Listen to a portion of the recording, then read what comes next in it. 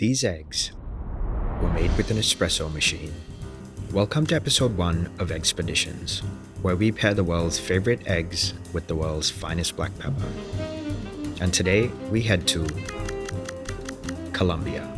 For decades, Café El Polo and Salomina have steamed their eggs with an espresso machine. Results in an egg that is soft yet perfectly cooked through. Coffee expert James Hoffman once described its texture as charming. To make your own, start with some butter, 2 eggs, a pinch of salt, whisk, then steam. The eggs aerate as they steam, swirling fast, then gradually slowing down until all of a sudden they set in place. And there you have it. Huevos al vapor.